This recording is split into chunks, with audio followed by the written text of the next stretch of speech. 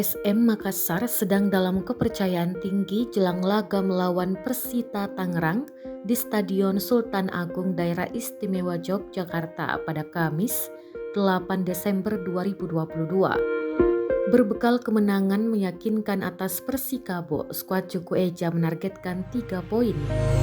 Apalagi PSM masih nyaman memimpin klasmen dengan 25 poin.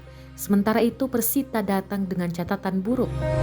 Di laga terakhir, Persita harus mengakui keunggulan Bali United. Persita tumbang dengan skor 2-3 dari Bali United.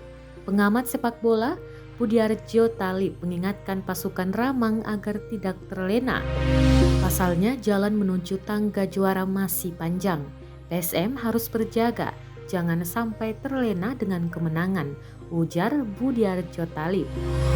PSM memang sedang di atas angin. Selama Liga 1 2022-2023, PSM masih belum terkalahkan.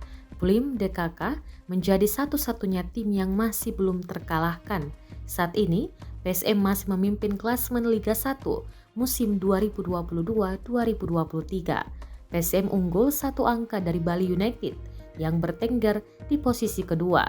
Rashid DKK masih berada di jalur positif tanpa kekalahan. Sementara itu, Persita berada di peringkat 6 dengan koleksi 22 poin. Persita mengantongi 7 kemenangan dengan 4 kekalahan serta 1 hasil imbang.